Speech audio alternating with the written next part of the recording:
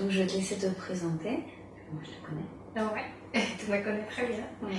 Je m'appelle Claudia, je viens du Venezuela. Je suis arrivée en France l'année dernière, en mai.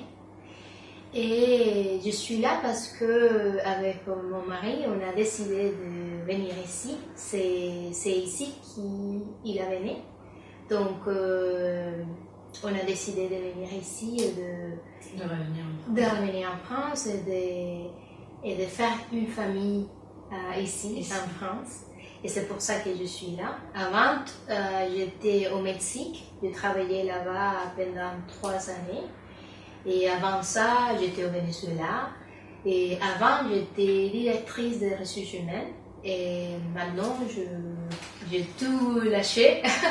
J'ai fait rien de ça. Et je pense que je ne voulais pas le faire encore une fois. Je pense que c'est fini. Mon façon de vivre comme ça et de faire des travails pour les grandes entreprises et pour tout ça, je ne me trouve pas.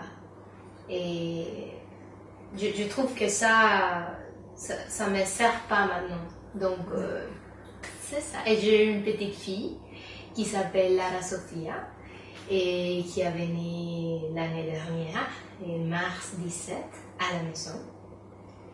Et ouais. Comment les bébés naissent au Venezuela? Et là-bas, tu peux penser que parce que c'est l'Amérique du Sud, on fait les choses plutôt à l'ancienne et plutôt traditionnelles, mais pas du tout. En fait, tous les bébés, presque tous les bébés, ils sont nés par césarienne. Parce que, à cause de la crise politique, économique, sociale, et les rues et tout ça, ils sont très très dangereuses. Donc, les gens, ils se permettent pas d'être chez vous et s'il y a quelque chose qui arrive, qui peut te sortir de chez toi à 2h, 3h du matin pour aller à l'hôpital et tout ça. En plus, les hôpitaux, ils manquent beaucoup de réseaux, beaucoup de médicaments, beaucoup de choses. Donc, c'est pas comme si tu vas arriver un jour à un hôpital et dire « Ah, s'il vous plaît, aide-moi » et qu'ils vont avoir tout ce qu'il faut. Tout ce qu'il faut. Il faut beaucoup de préparation, il faut beaucoup de planification et pour ça. Donc là-bas, c'est vraiment le gynéco, il te dit, allez, ça y est, ton terme c'est le 17 mars, donc on va coucher le 16 parce que le 17 c'est vendredi, donc il y a beaucoup de choses à faire, donc c'est plutôt mieux le 16 ou le 18. Ouais, c'est vraiment la gestion d'entreprise. En gestion, ouais, c'est pas du tout naturel.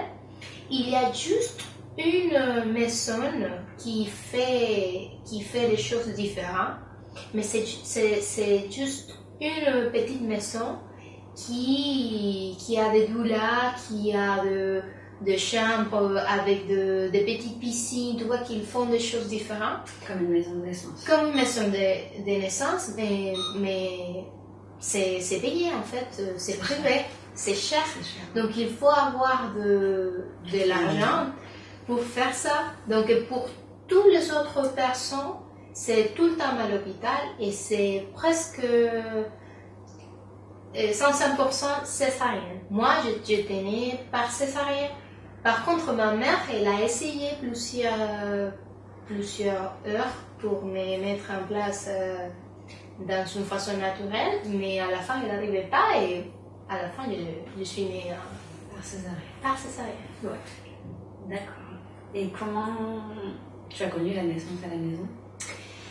Et c'était part de mon chemin de me reconnecter avec moi-même. Donc, quand j'étais au Mexique, j'avais commencé à me sentir un peu perdue. Je dis, mais je ne me trouve pas dans mon boulot, je ne voulais pas continuer à être directrice des ressources humaines. Et je commençais à me demander qu'est-ce que je voudrais faire. Mais après, tu vois, ça c'est les questions très hautes. Quand j'ai commencé à regarder et à me questionner, à me demander, et à la fin, j'ai dit, mais moi, je suis qui en fait? Je suis Claudia, mais en fait, je suis qui? Et j'ai commencé à travailler beaucoup sur moi, mais beaucoup sur moi. Et une des choses que je voudrais, à l'époque, une des choses que je savais que je voudrais faire, c'est d'être mère. Donc, j'ai commencé à me demander quelle mère tu voudrais être et comment tu veux te préparer pour être mère. Et donc, j'ai commencé à travailler beaucoup et je dis, les seules façons que je me vois et si j'accouche, c'est de le faire à la maison. Hors de question d'aller à l'hôpital. Donc, quand j'arrivais ici, c'était très, je vais dire difficile parce que je ne parlais pas français. Donc, maintenant même, je me trompe beaucoup. Donc, je ne parlais pas la langue. C'était pas mon pays, c'était pas mon coin. J'étais juste avec mon compagnon, toute seule. Donc, je savais que je voulais accoucher à la maison, mais je savais rien par rapport à comment je pouvais faire. Et si j'ai le droit de le faire aussi, parce que je savais pas si ici il y a une interdiction ou pas, je savais pas.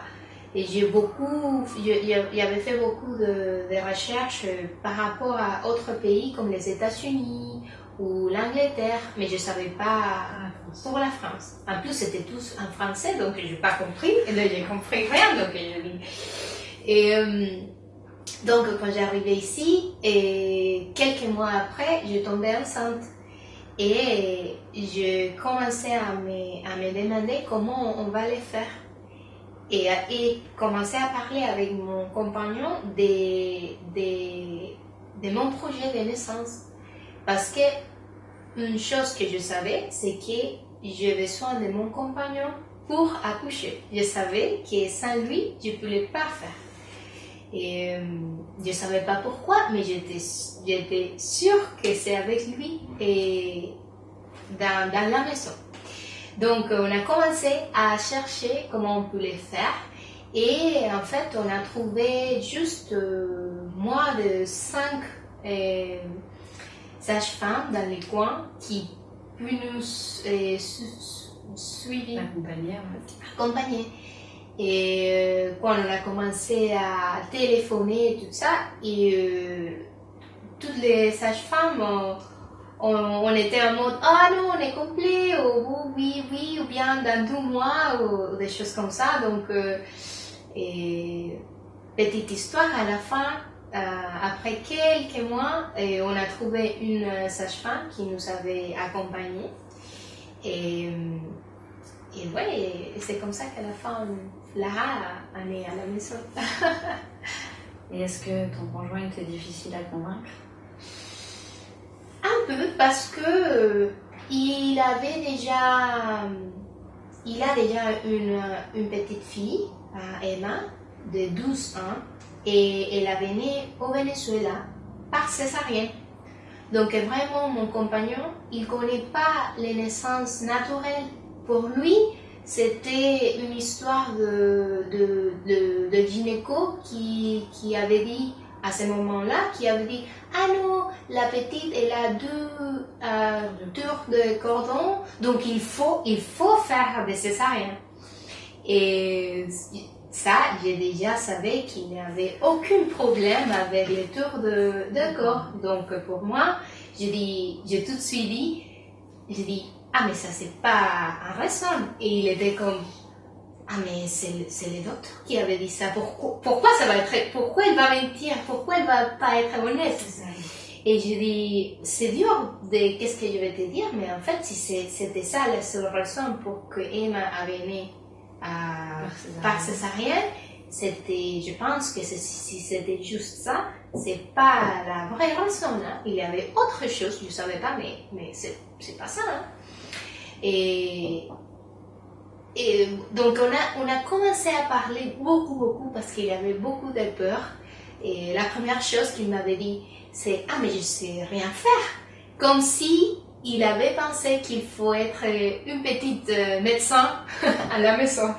Et je dis en fait j'ai besoin que tu es là pour moi et comme mon compagnon, pour être mon ancrage, pour être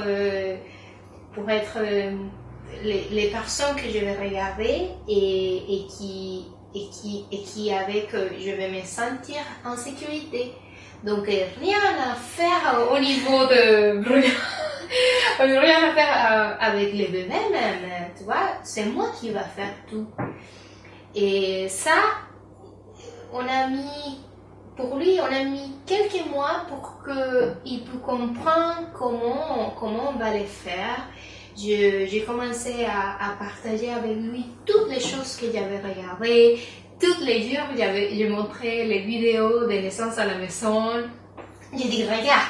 Et donc on a commencé un peu cette histoire de ah oui, il y a 2 cordons là-bas. Ah oui, mais regarde, ah non, ça vient passer. Oh bête. Regarde la femme, il est début, tu vois, il est début parce que ça aide plus qu'être assis. Donc, il a commencé à s'intéresser beaucoup et à me poser des questions aussi, et que des fois, je dis, il faut que je cherche un peu, non, j'ai déjà le répondre à ça. Donc, c'était très joli parce on avait évolué un peu ensemble, même si pour moi j'avais commencé ce travail avant, avec lui, on a rapidement avancé ensemble et on s'est mis dans la même page de qu'est-ce qui c'est important et comment on va les faire. Et c'était aussi difficile parce que dans la famille de mon compagnon, il n'y a personne qui avait accouché à la maison. Même des amis, il n'y a pas des amis de son côté qui avaient accouché à la maison. Moi non plus. À cette époque-là, je connaissais pas des personnes qui l'avaient fait à la maison. Et il me semble que 3 ou 4 jours avant, il y a un de ses amis qui a accueilli son bébé à la maison. Exactement. Et oui. Et pour lui, c'était super parce qu'il était très content parce qu'il avait dit oh finalement j'ai pu parler avec une amie qui va comprendre vraiment les choses parce qu'il avait vu lui-même. Ouais. Même si c'était pas voulu. Oui. C'était pas le plan, mais ça a bien passé. C'était tout bien passé. Le fameux, il me semble que ça a commencé le 16. Oui, ça a commencé le 16. En fait, ma mère, j'avais demandé à ma mère de venir pour la naissance. Elle arrivait les premiers jours de mars. Donc, les 16, les 15, j'étais allée chez une amie parce que je me sentais très épuisée, très fatiguée. Et elle avait, je pense que 2 mois, avait accouché chez elle. Donc, c'est un nouvel ami qu'elle avait fait. Et elle est une professeure de yoga. Donc, elle m'avait dit, est-ce que on peut bouger un peu? Et je dis, ouais, je voudrais bien. Donc, on a fait chez elle une petite séance de yoga, mais pas vraiment de grandes pauses et tout ça. C'était plutôt la méditation, c'était plutôt de me connecter, de lâcher prise et tout ça. Ça, c'est les 15. Donc, je me rappelle que je t'ai envoyé une vocale quand j'ai rentré chez moi en disant que je me sentais magnifique, que je suis prête, que j'étais trop contente. Ça, c'est les 15. Les 16, le matin, quand je me réveillais, j'étais encore une fois très fatiguée. Et je me suis dit, je vais faire quelques mouvements avec les ballons. Donc, j'avais commencé à bouger. Maintenant, quand je pense, c'était moi-même en préparation pour l'accouchement sans savoir. Donc, il y a quelque chose qui m'avait dit, Claudia, il faut que tu commences à bouger. Donc, j'ai commencé à bouger mes bassins, j'ai commencé à faire tous les exercices que je savais, et des casquettes aussi que je savais qui me fait du bien. Et je dis à ma mère, je dis, je voudrais sortir avec toi parce que il y a des jours qu'elle a resté à la maison, donc je me sentais un peu, tu es ici, tu es dans la Côte d'Azur et je n'ai pas le temps de te montrer un peu, donc allez, on y va. Et on était allé à Biot pour regarder, c'est un petit village pas loin d'ici, pour regarder les gens qui font des sculptures et des choses en vitre, en glace, en verre. En verre. En verre. Donc on était là et j'étais dans ce mode très très lent, très comme si c'était un tortue. Je me sentais très très lent. Et après, on était allé à un petit magasin pour regarder quelque chose pour ma mère. Et c'est là que j'avais senti mon première contraction. J'étais assis et je sentais quelque chose que, à ce moment-là, j'ai pas compris. Mais maintenant, je sais que c'était la première contraction. J'ai dit, mais c'est quoi ça? Ah non, c'est parce que il faut retourner à la maison, il faut que je me repose. Donc, c'est ça ce qu'on avait fait. Donc, dès qu'on arrivait à la maison, j'étais avec ma mère sur les sofas, sur les canapés. Et on était en train de parler et la deuxième contraction arrive. Et c'est à ce moment-là que je dis, quand même, hein, ça ressemble un peu à ce que tout le monde m'a dit. Hein. Mais je dis, non, mais je ne crois pas. Non, on attend. J'ai fait le dîner. Et pendant que j'étais en train de faire le dîner, c'était la troisième. Et à la fin, quand on était en train de manger le dîner, c'était la quatrième. Et c'est à ce moment-là que j'avais dit à ma mère, à mon compagnon et à Emma qui était là, qu'il y avait plusieurs contractions déjà. Et je me rappelle parce que tout le monde, quand j'avais dit ça, tout le monde m'a regardé. Oh, ça y est, c'est le moment. Je dis, je sais pas, mais maintenant c'est la quatrième. Donc, à partir de ce moment, tu as commencé à évoluer parce que je pense que tout le monde dans la maison avait compris que le jour J va arriver. Donc, moi, j'avais décidé que ma mère, elle va pas être à la maison avec nous et pour l'accouchement. Parce que je voudrais être dans une façon de mère et pas dans une façon de fille. Je voulais pas me sentir trop petite. Je voulais me sentir plutôt comme un mammifère, comme un mère, comme un mammifère. Donc je dis à ma mère, maman, il faut que tu es pas avec moi. Ça a été un peu dur, tu vois, de comprendre pour ma mère. Et je l'avais dit quelques jours avant, et elle a pas compris, elle respectait mon décision, mais elle n'avait pas compris vraiment pourquoi. Elle était un peu, mais je pouvais être dans la chambre tout en silence. Je dis non, maman, c'est pas quelque chose qu'on va discuter, c'est une décision que j'avais faite. Donc 7 jours, tu vas aller chez mes beaux-parents, mais tu ne vas pas rester avec moi. Donc, et aussi Emma, parce que je voulais que mon compagnon était 100% pour moi. Et je savais aussi que si ma belle-fille était là, ça pouvait être bouger un peu l'attention de mon compagnon. Donc, ma mère et ma belle-fille, ils sont partis chez mes beaux-parents à 10 heures, quelque chose comme ça. Et à partir de 10 heures, je veux dire 22 heures de soir, et c'est à partir de ce moment-là que Gaël et moi, mon compagnon, on a resté toutes seules. Et que la contraction a commencé toutes les 5 minutes. J'ai essayé de bouger, mais j'y arrivais pas, en fait. Très rapidement, j'y arrivais pas à me mettre debout ou j'ai besoin de beaucoup d'aide de mon compagnon pour aller aux toilettes parce que plusieurs fois, j'ai besoin d'aller aux toilettes. Donc, j'ai commencé à sentir très très fort tout dans mon corps. Et plus ou moins à 6 heures du matin du 17 mars, et Gaël, mon compagnon, lui, il avait appelé la sage-femme pour dire, ça y est, les contractions, ils partent toutes les 5 minutes, déjà 5-6 heures, 5 minutes, 5 minutes, 5 minutes. Donc, je pense qu'elle est là.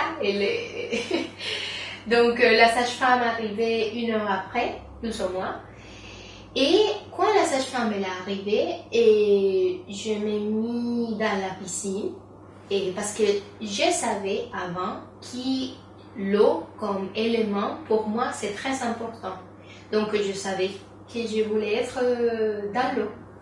Et que ma petite fille, je voulais qu'elle naisse dans l'eau. Donc, je me suis mis dans la piscine. Mais ça évoluait pas, en fait. Et c'est la sage-femme qui m'avait demandé de sortir parce que les choses sont ralenties un peu.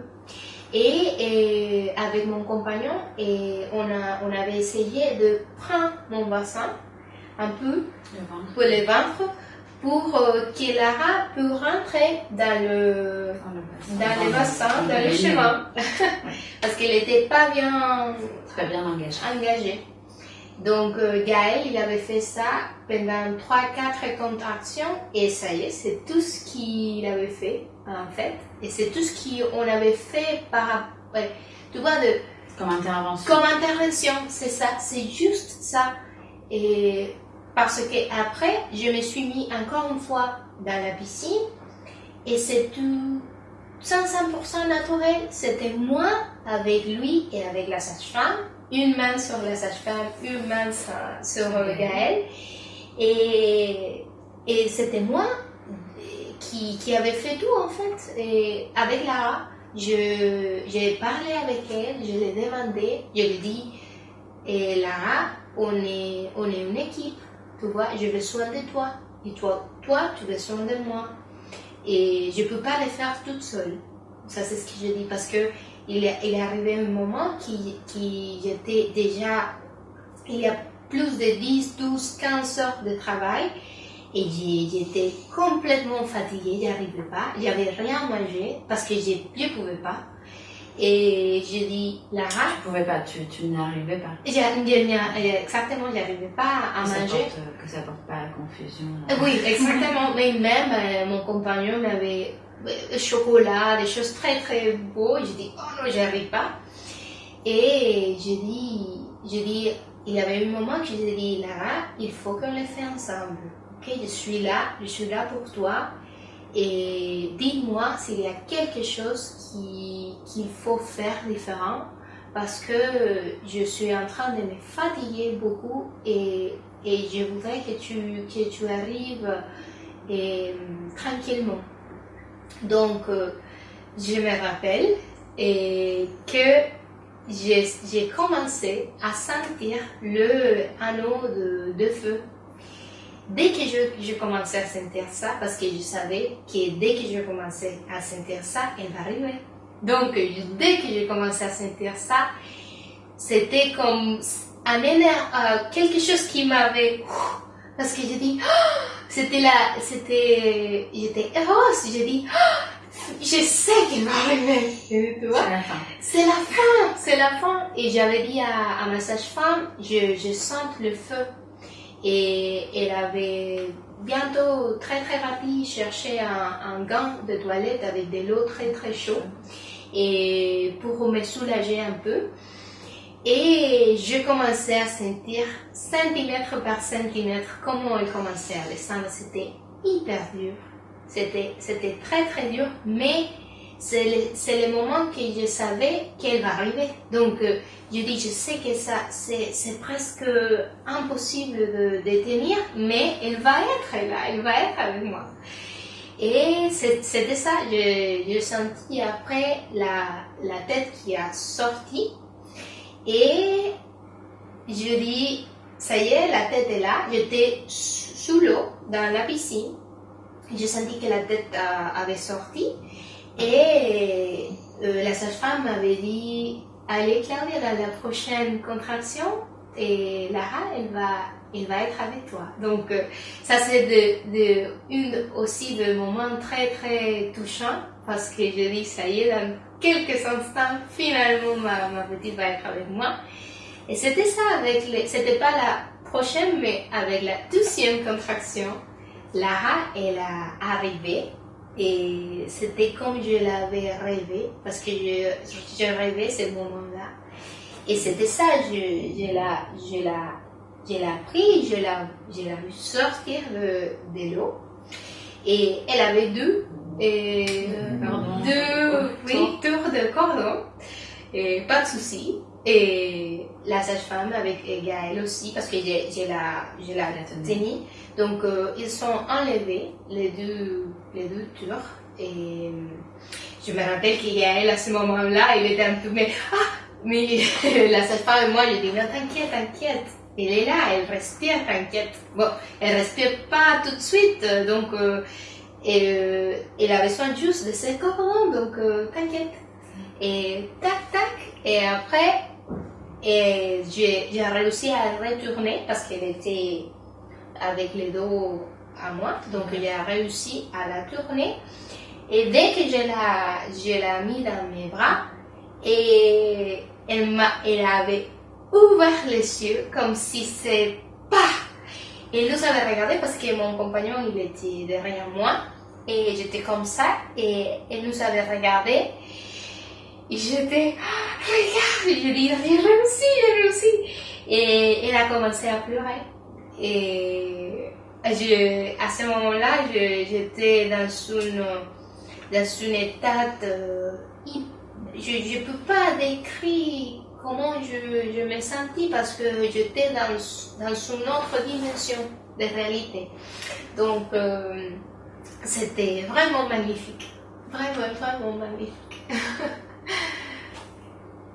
Et à la suite de cette naissance, il y a eu quelques petites complications. Parce qu'il faut aussi en parler, le dire qu'on arrive aussi à prendre en charge. Oui. Qu'est-ce qui s'est passé? Oui, donc dès que la petite avait né, et j'ai commencé à avoir froid dans la piscine, donc on a dit allez, on va sortir de la piscine parce que bon, la petite avait né, mais l'accouchement avait pas fini. Parce qu'il faut la placenta, il faut que la placenta sorte. Donc je savais que oui, Lara, elle est là avec moi, mais il y a une aussi important moment qui arrive, que c'est la naissance de la placenta. Donc je sortis de la piscine avec beaucoup d'aide de mon compagnon parce que j'arrivais pas à me mettre debout. J'étais complètement fatiguée. Et on s'est mis dans une petite canapé presque dans le sol. J'étais presque dans le sol. Et je me rappelle de tenir ma petite et la sage-femme m'avait dit ok, bon, petit à petit, on va commencer à se connecter avec la placenta pour qu'elle puisse sortir. Et donc, j'ai commencé à parler avec mon placenta et dire, ça y est, tu avais fait tout ce qu'il faut. Et tu es, à part de Lara, les choses les plus importantes pour moi maintenant, et parce que c'est à cause de toi, grâce à toi, qui ma petite est là. Donc, j'ai besoin de toi aussi, j'ai besoin que tu sortes. Mais c'était pas, je parlais, j'essayais, il y avait quelques contractions, même j'essayais d'étirer, mais j'arrivais pas à la placenta, il voulait pas sortir. Donc, on attendait un petit moment et finalement, la placenta, tac, avait sorti complètement et un petit placenta qui avait sorti. Mais dès que la placenta avait sorti, je me rappelle de dire à mon compagnon, ah, je suis en train de m'évanouir. Et c'était la seule chose que je me rappelle. Et mon compagnon avait pris la petite et la sage-femme m'avait aidé c'était quelques instants après quand je ouvris les yeux, j'étais dans les sol mais avec les jambes en haut et Gaël était dans mon côté en disant mon amour, tu es là, on est là, mon amour, reviens, on est là, reviens mon amour. Et je me rappelle d'ouvrir les yeux, tout était noir dans la maison, donc on était avec la lumière de bougies et même c'était la petite venait à 15 heures, donc dehors était plein de gens, mais chez nous on était complètement dans les noirs. Donc je me rappelle de me voir avec les jambes en haut et la sage-femme de me dire Claudia, il faut que tu restes avec nous, il faut que tu restes, ok? Et je savais qu'à ce moment-là, c'était important de moi de me mettre, de faire un gros effort parce que je savais que je peux aller très rapide. Je peux partir, ouais. Et c'est quelques instants après, la sage-femme a commencé à avoir l'attention. Et c'était en fait un chute de tension. J'étais très jeune. La fatigue. Oui, à cause de la fatigue, à cause de rien manger, à cause de tout ça. Pas dû à une hémorragie. Et non, en fait non. Et j'avais beaucoup de sang, mais pas un risque hémorragique. Oui, c'était plutôt que mon utérus, parce qu'il avait travaillé beaucoup pour sortir la placenta, il arrêtait pas un peu de faire des contracts. Oui, il était un peu lâché. Donc après que la placenta il a sorti, il restait ouvert. Donc un peu en train de saigner. Et donc c'est à ce moment-là que la sage-femme a massé. Et c'est aussi à ce moment qu'elle m'avait dit comment je pouvais faire moi-même. Et comment je peux toucher moi et reconnaître quand c'est tout lâché ou quand c'est en contraction.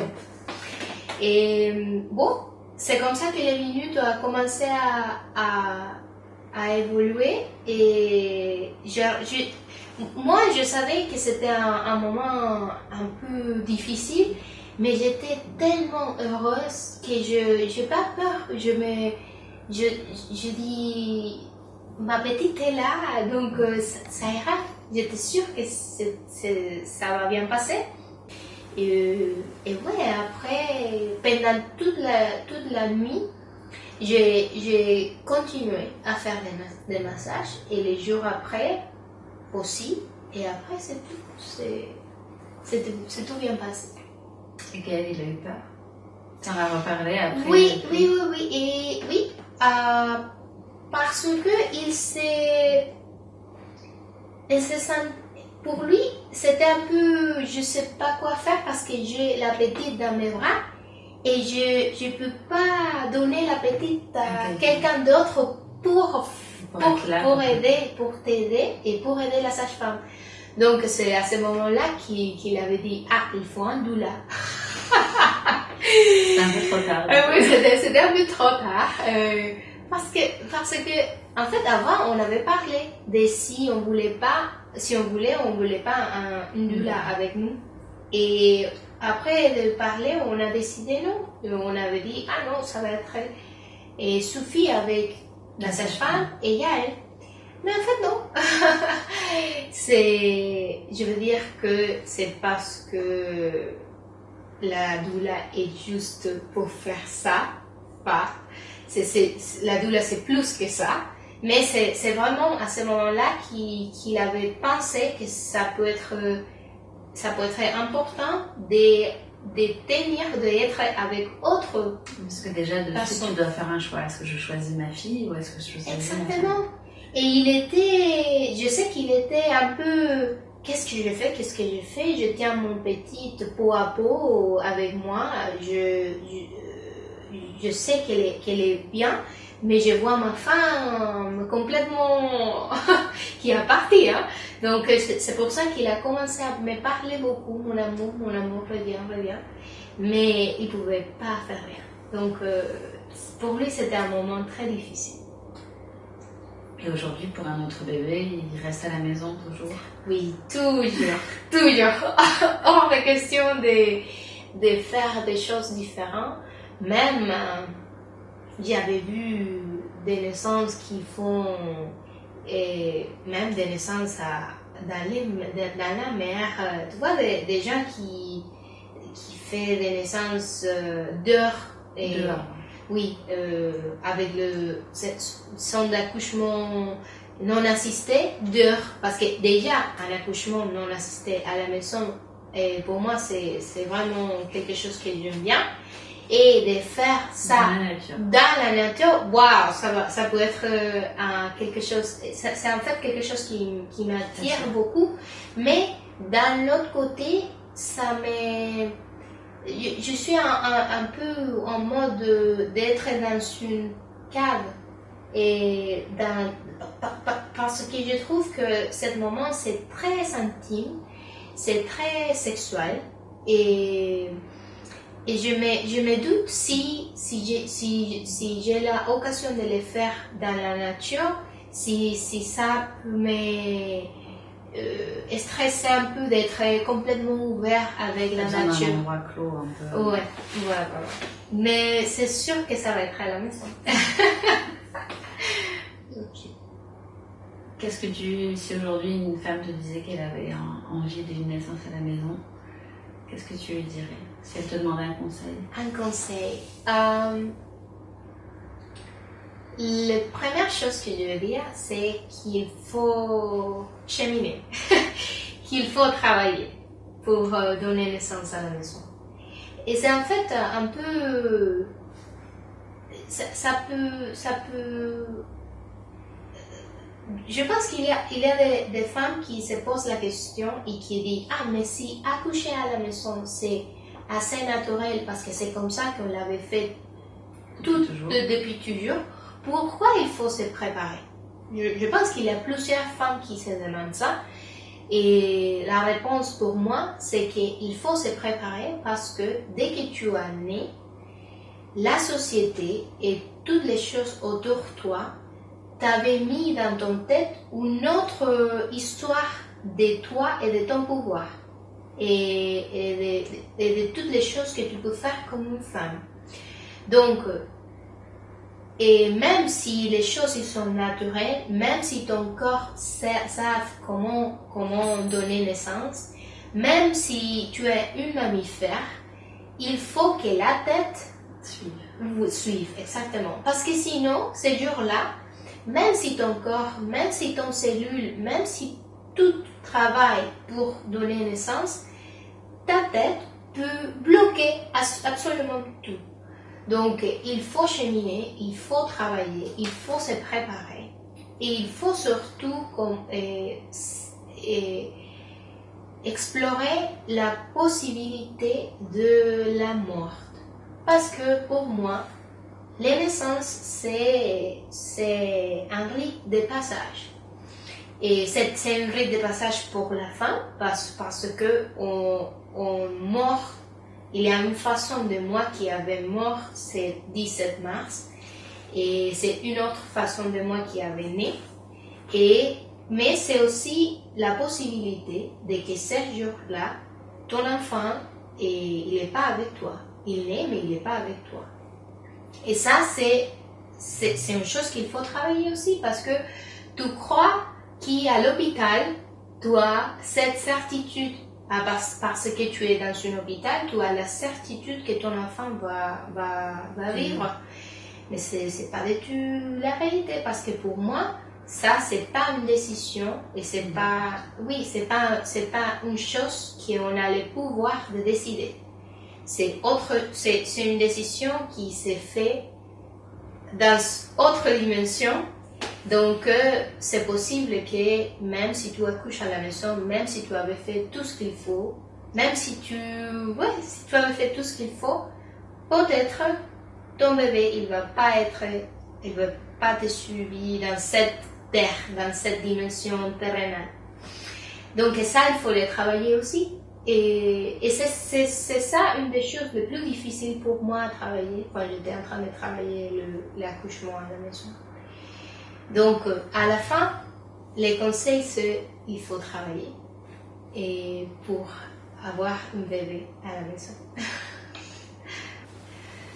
Et juste une dernière chose à dire, c'est que deux choses à dire. La première chose, c'est que les jours après de la naissance, mon compagnon m'avait dit quelque chose qui m'avait touché vraiment et que je retiens toujours. C'est que il m'avait dit, est-ce que tu peux imaginer combien mammifères dans la terre on était en train d'accoucher dans le même moment que toi. Est-ce que tu imagines un baleine, un chien, n'importe quel mammifère, une femme aussi, dans ce moment de puissance comme toi? Et c'était quelque chose qui m'avait donné une dimension extraordinaire parce que je dis, c'est vraiment incroyable la puissance féminine et au niveau mammifère, parce que c'est vrai que pendant que j'étais en train de donner naissance à mon bébé, il y avait des milliards de femmes et des milliards d'animaux qui faisaient la même chose que moi, qui criaient comme moi, qui s'avaient mis à quatre pattes comme moi, qui avaient pleuré comme moi. Toi qui avais fait exactement la même chose que moi. Et je me sentis très très accompagnée quand il m'avait dit ça. Je me sentis entournée d'une force terrenale magnifique. Donc ça c'est une chose à rajouter et que je voudrais que les gens sachent. Et la deuxième chose, c'est que je pense que c'est très très important de comprendre que la naissance à la maison, c'est pas pour tout le monde et que ça va. Et que c'est ok. Que c'est ok s'il y a des autres femmes autour de toi qui te disent « Ah non, je ne peux pas le faire. Oh non, jamais je vais accoucher chez moi. Oh, ah non, j'ai beaucoup de peur, j'ai beaucoup d'angoisse. Ah non, je ne vais pas le faire. » Et c'est pas parce que les gens autour de toi te disent « Ah non, je ne peux pas le faire. Pour moi, c'est hors de question. » Et que tu vas te demander si tu vas le faire ou pas. Parce que c'est ok qu'il y a deux mamans autour de toi ou d'autres femmes autour de toi qui vont décider de ne pas le faire comme toi. Donc c'est pas une discussion de est-ce que je sais plus que toi ou est-ce que je me suis préparée plus que toi ou est-ce que j'ai moins de peur que toi. Je voudrais pas que les gens pensent que moi je suis supérieure parce que j'avais accouché à la maison. Oh non, pas du tout. C'était juste ma décision. Donc c'est pas une chose de supériorité. C'est pas une chose de supériorité. C'est pas un concours. C'est pas un concours. C'était juste ma décision. C'était juste ça qui avait fait clic dans mon corps, dans moi. Et c'était ça, vraiment la raison pourquoi j'avais donné ça, parce que je savais que je pouvais faire. Ok.